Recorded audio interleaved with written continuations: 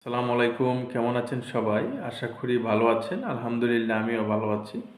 তো আজকে মালয়েশিয়ার ভিসা সংক্রান্ত আপনাদের কাছে বিস্তারিত তুলে ধরবো।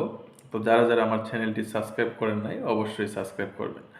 তো প্রথমেই বলবো মালয়েশিয়াতে যারা কুলিং ভিসা যেতে ইচ্ছুক, হ্যাঁ? যারা মালয়েশিয়াতে যেতে ইচ্ছুক তাদের জন্য একটি সুবর্ণ সুযোগ। বর্তমানে মালয়েশিয়া ভিসা কার্যক্রম দ্রুত এবং গুরুত্বের সহিত কার্যক্রম শুরু হয়েছে।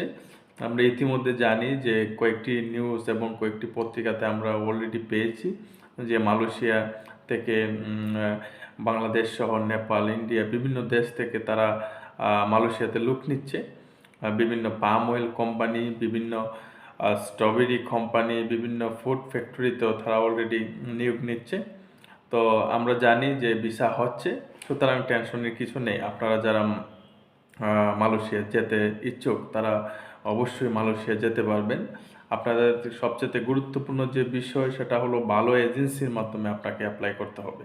তো সুতরাং আপনারা অবশ্যই ভালো কোনো এজেন্সি সন্নিধ্যে যাবেন এবং আপনারা সেখান থেকে অ্যাপ্লাই করবেন। তো সবচেয়ে গুরুত্বপূর্ণ যে বিষয় সেটা হলো আপনারা শুধু একটি কাজের উপর ডিপেন্ড করে আপনারা মালয়েশিয়াতে যাবেন না। আপনারা মাল্টিপল কাজ অবশ্যই শিখে যাবেন। অন্তত ৩টা কি ৪টা কাজ শিখে যাবেন। কারণ দেখা যায় অনেক সময় মালয়েশিয়াতে বা আমরা ইউরোপে যারা যাই দেখা যায় যে আপনারা যে কাজ পাইছেন ঠিকমতো বেতন দিচ্ছে না।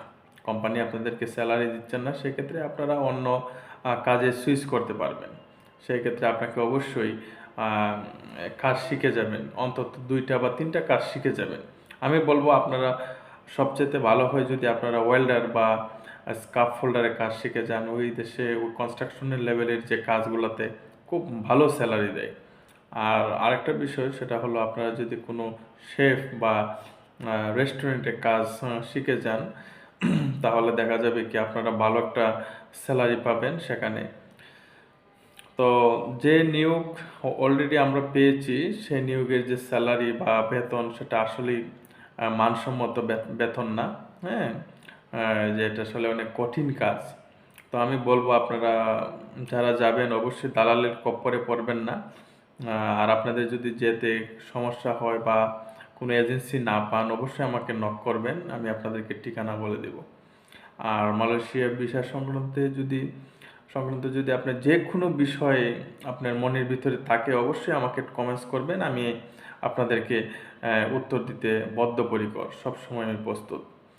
তো ধন্যবাদ, ভালো থাকুন, সুস্থ থাকুন। আসসালামু আলাইকুম।